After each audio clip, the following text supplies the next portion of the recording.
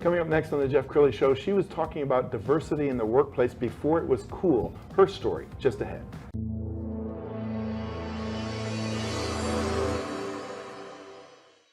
Many are predicting that the worst is yet to come, which is unfortunate, said one person here.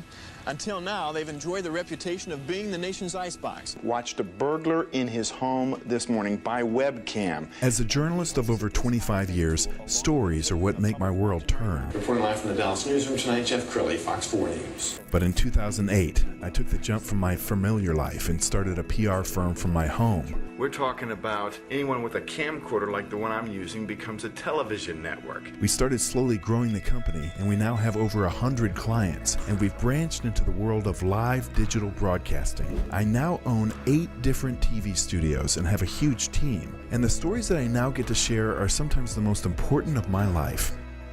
Life has a funny way of coming around full circle. This is the Jeff Crilley Show. So one of the buzzwords these days in every workplace is diversity and inclusion, multi-generations in the workplace. Those are all topics that my next guest knows very well. Dr. Ann Sanchez with DAS HR Consulting joins us in studio. Thank you for coming on the show. Oh, I appreciate it. Thank Well, you. you were way ahead of everybody when talking about this. I mean, now everybody's talking about it, but when you started your company 20 years ago, it must have felt like a voice in the wilderness. You mean diversity? Yeah. Yes, it was. When people talked about diversity training, it was employees who never wanted to go, right? Now I've written a lot of blogs and some articles about calling it IDEA, which is inclusion, diversity, equity, and access, which I say the most important part of that idea is access. Because if we make sure that our people, women, minorities, disability, veterans, have access to jobs, to promotions, to hospitals, to schools, to financing, then the diversity comes from that. Well, one of the things that I think is cool about a diverse workplace is you have differing viewpoints. If you have a bunch of white males of the same age, you have no new ideas coming in, do you? No, studies have shown that companies who have more diversity have more returns on their investment, have much more creativeness. And I think with that should be something that companies go for and have it as part of their goals. Well, I know you do a lot of public speaking. We've got some shots of you on stage. What are some of the topics that you speak about? That one was Latinx, what's next? Others I talk about is ethics in the workplace, generations in the workplace. So there's various ones. Sure. Mm-hmm. Let's talk about generations in the workplace, because now we have 4 generations in the workplace, right? I think the boomers are the oldest. Boomers, X, Actually, millennials. we have 5. 5? Yes. The veterans are still out there. Anybody over 75 years old. And we have Warren Buffett. And No, you're right. So they're called veterans. So when you have those many age groups, how do you get them all to get along? That's tough. So it's understanding, and that's part of diversity training as well, is understanding the different generations and their priorities, because they're all different priorities and they're all different communication styles. So many were frustrated with the millennials, which are now turning 40, and they're from 26 to 40. Now people are talking about Gen Z, which is 25 and below, and they're a whole different generation. Let's talk about Gen Z, because I think it's still kind of a mystery to a lot of us boomers. How does Gen Z differ from a millennial? So millennials were quieter. They texted you if they weren't going to come into work. If they had a problem, they texted you. Sometimes mom would show up, the bulldozer mom that we talked about. But with Gen Z, they will go in front of you and talk to you. And if they don't like something, Jeff, they will tell you about it. And they're not shy at all. Particularly around pay, social responsibility, diversity and inclusion.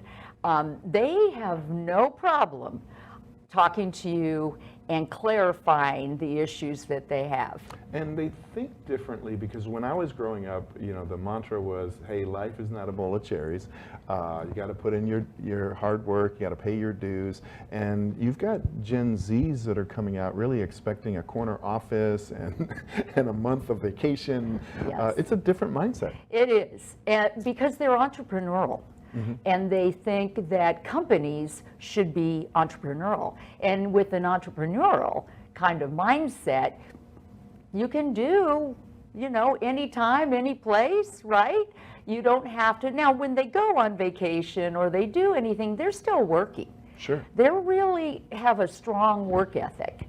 And they're not going to climb the corporate ladder like the millennials do. What they want is different projects, different departments. We call career lattices, because organizations have gotten so flat.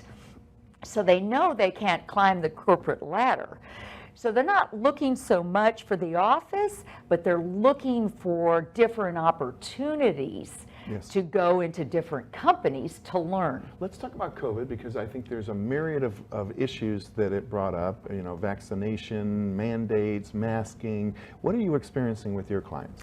I have clients in Hawaii and Texas and Washington, D.C. It depends on the state.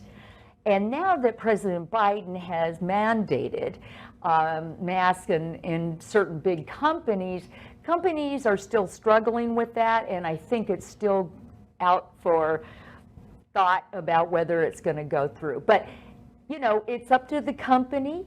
But in Texas, you don't have to wear a mask. It's up to the company if they desire that. How does somebody know when they need to bring you in? I'm usually brought in during a crisis. After George Floyd, many Gen Zers were upset with their company because they didn't put out a statement. And so that became, companies came and saw me about what do we do, right? And so, it depends. It depends. And having you come in really saves the company money in the long run. We were talking before the show about sexual harassment. Oh, yeah. I mean, that in itself could cost companies millions of dollars. Oh, millions of dollars. After the Me Too movement, that became big. So most employers, small to medium-sized companies, which I focus on, don't understand that they can be personally sued. So the owner of the company can be personally sued. The supervisor or the coworker who was sexually harassing can be personally sued, and the company. So you're talking the $1 million if you don't jump on it very, very quickly. So the time to bring you in is proactively, not after you've been hit with the lawsuit. That's correct. That's correct. And I know that people don't like sexual harassment training and all that, but I try to make it as fun as possible. Yeah. Well, we're going to have you back again soon, Dr. Daya. We're going to end with your website, which is dashrconsulting.com. Dr. Ann Sanchez, thanks for coming on the show. Thank you. You bet. And that's it for now. We'll see you next time.